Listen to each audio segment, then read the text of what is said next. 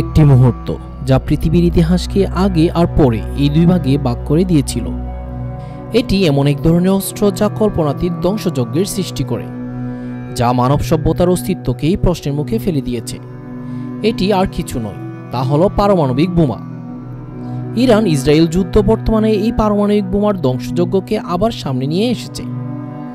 আজ আমরা ডুব দেব এই ভয়ঙ্কর আবিষ্কারের ইতিহাসে, বোঝার চেষ্টা করব এর পেছনের বিজ্ঞানকে, দেখব এর মানবিক বিপর্যয়কে এবং ভাবব আমাদের ভবিষ্যৎ নিয়ে। প্রথমে আমরা জানব এর প্রয়োজনীয় ভাগি কি, এর নৈতিকতা ও প্রথম কারা এবং কেন পারমাণবিক বোমার আঘাত করেছিল। যখন দ্বিতীয় বিশ্বযুদ্ধের দাবানলে বিশ্ব পড়ছিল, জার্মানির পারমাণবিক গবেষণার খবর পেয়ে মিত্রশক্তি আতঙ্কিত হয়ে যায়। এরই জবাবে 1942 সালে জন্ম নেয় গোপন ম্যানহাটন প্রজেক্ট। হাজার হাজার বিজ্ঞানী, প্রকৌশলী, Robert Oppenheimer, Enrico Fermi, Niels বুরদের মতো দিকপালরা লস আলামসে সমবেত হন এক অকল্পনীয় শক্তি সৃষ্টির লক্ষ্যে। এ যেন নতুন এক বিস্ময়কর আবিষ্কারে পৃথিবীর বুকে নেমে এসেছিল ঘোর অন্ধকার। 1945 সালের 16 জুলাই নিউ মেক্সিকোর মরুভূমিতে ট্রিনিটি নামের প্রথম পরীক্ষায় সফল হয় সেই পারমাণবিক বিস্ফোরণ। বিজ্ঞানের জয়ধ্বনি নাকি ধ্বংসের সূচনা, নৈতিক প্রশ্নগুলো তখনই উকি দিয়েছিল। তারপর এলো সেই ভয়াল অগাস্ট, 6 অগাস্ট 1945। লিটল বয় নামের ইউরেনিয়াম বোমা পড়ল হিরোশিমায়। মাত্র 3 দিন ব্যবধানে 9 অগাস্ট ফ্যাটম্যান নামের প্লুটোনিয়াম বোমা পড়ল নাগাসাকিতে। মুহূর্তের মধ্যে লাখ লাখ মানুষ মারা গেলেন, আহত হলেন, শহর দুটো মাটির সাথে মিশে গেল। যুদ্ধ শেষ হলো বটে, কিন্তু এক অভূতপূর্ব ভয়াবহতার জন্ম দিয়ে। এত ভয়াবহ শক্তি আসে কোথা থেকে? উত্তর লুকিয়ে আছে পদার্থের গভীরে, পরমাণুর নিউক্লিয়াসে। চলুন এবার অল্প বিস্তর বিজ্ঞানের গভীরে প্রবেশ করি। আইনস্টাইনের বিখ্যাত সমীকরণ E=mc² আমাদের শেখায় ভর আসলে শক্তির এক ঘনীভূত রূপ। পারমাণবিক বোমা এর রূপান্তরকেই কাজে লাগায়। এর মূলনীতি হল নিউক্লিয়ার ফিশন বা বিভাজন। ইউরেনিয়াম 235 বা প্লুটোনিয়াম 239 এর মতো ভারী মৌলের নিউক্লিয়াসকে নিউট্রন দিয়ে আঘাত করলে তা দুটি হালকা নিউক্লিয়াসে ভেঙে যায় এবং আরও নিউট্রন ছাড়ে এবং বিপুল শক্তি উৎপন্ন করে। এই নিউট্রনগুলো আবার অন্য নিউক্লিয়াসে আঘাত করে। এভাবেই এক শৃঙ্খল বিক্রিয়া শুরু হয়, যা অবিশ্বাস্য গতিতে শক্তি উৎপন্ন করে। এই বিক্রিয়া ধরে রাখতে এবং বিস্ফোরণ ঘটাতে চায় একটি নির্দিষ্ট পরিমাণ পদার্থ, যাকে বলা হয় ক্রিটিক্যাল মাস।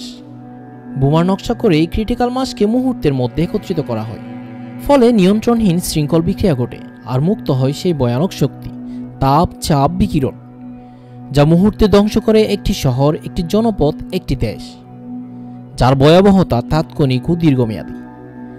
পারমাণবিক বিস্ফোরণের ধ্বংসযোগ্য বহুমুখী ও ভয়াবহ, সূর্যের চেয়েও উজ্জ্বল আলো যা চোখ অন্ধ করে দেয়। 1000 ডিগ্রি সেলসিয়াস তাপে মানুষ ও সবকিছু ফুড়ে ছাই হয়ে যায়, সৃষ্টি করে ঘন্টায় শত শত কিলোমিটার গতির ঝড়, ভবন, গাছ সবকিছু সমূলে উৎপাটিত করে। বিস্ফোরণের সময় নিউট্রন ও গামা রশ্মি নির্গত হয়, যা কোষ ধ্বংস করে তাৎক্ষণিক সব প্রাণীর মৃত্যু ঘটায়। বিস্ফোরণে ধূলিকণা ও তেজস্ক্রিয় পদার্থ বায়ুমণ্ডলে মিশে যায়, যা পরে বৃষ্টির সাথে ঝরে পড়ে। এটি দীর্ঘস্থায়ী বিস্তৃত এলাকা জুড়ে দূষণ ও অসুস্থতা ছড়ায়। যারা তাৎক্ষণিকভাবে মারা যাননি তাদের জন্য শুরু হয় এক ভয়াবহ যন্ত্রণার জীবন। পুরা গা সারা জীবন বয়ে বেড়াতে হয়। বিকিরণজনিত অসুস্থতায় বমি, ডায়রিয়া, রক্তকরণ, চুল পড়া, অঙ্গ প্রত্যঙ্গ বিকল হয়ে যায়। আর তারপর আসে ক্যান্সার, লিউকেমিয়া, থাইরয়েড, স্তন ইত্যাদি ক্যান্সার ভেরিয়েন্ট। ঘটে জিনগত পরিব্যক্তি, যা প্রজন্মের পর প্রজন্ম ধরে ভোগায়। শীতল যুদ্ধ আধুনিক বিশ্ব একটি অস্থির সময়ের মধ্যে দিয়ে যাচ্ছে। হিরোশিমা নাগাসাকির পর পারমাণবিক অস্ত্রের দূরত্ব কমেনি। শীতল যুদ্ধে মার্কিন যুক্তরাষ্ট্র ও সোভিয়েত ইউনিয়ন হাজার হাজার বোমা মজুত করে। জন্ম নেয় পারস্পরিক নিশ্চিত ধ্বংস ম্যাট নীতি, যার মানে কেউ আক্রমণ করলে উভয়েই ধ্বংস হয়ে যাবে।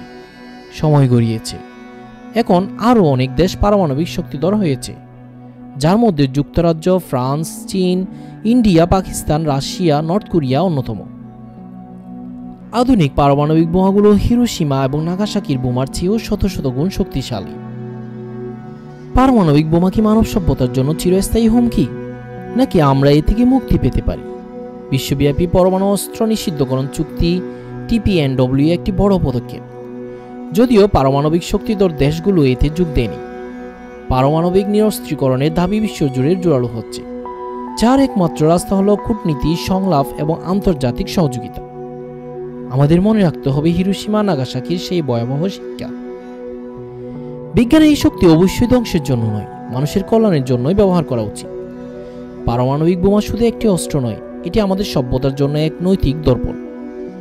এটি আমাদের জিজ্ঞাসা করে, আমরা কি ধ্বংসের পথে হাঁটব, নাকি বেছে নেব সহাবস্থান ও শান্তির পথ? হিরোশিমা ও নাগাসাকির আত্মারা আমাদের স্মরণ করিয়ে দেয় এই অস্ত্রের বাস্তবতা। ভবিষ্যৎ আমাদের হাতে। আসুন আমরা এমন একটি বিশ্ব গড়ে তুলি যেখানে পারমাণবিক শক্তি শুধুমাত্র শান্তিপূর্ণ উদ্দেশ্যে, জীবন রক্ষা ও উন্নতির জন্য ব্যবহৃত হয়। প্রিয় বন্ধুরা, আমাদের চ্যানেলে নতুন হয়ে থাকলে চ্যানেলটি সাবস্ক্রাইব করে দিন এবং পরবর্তী ভিডিওগুলো পেতে চ্যানেলটি সাবস্ক্রাইব করে সাথে থাকুন। ধন্যবাদ।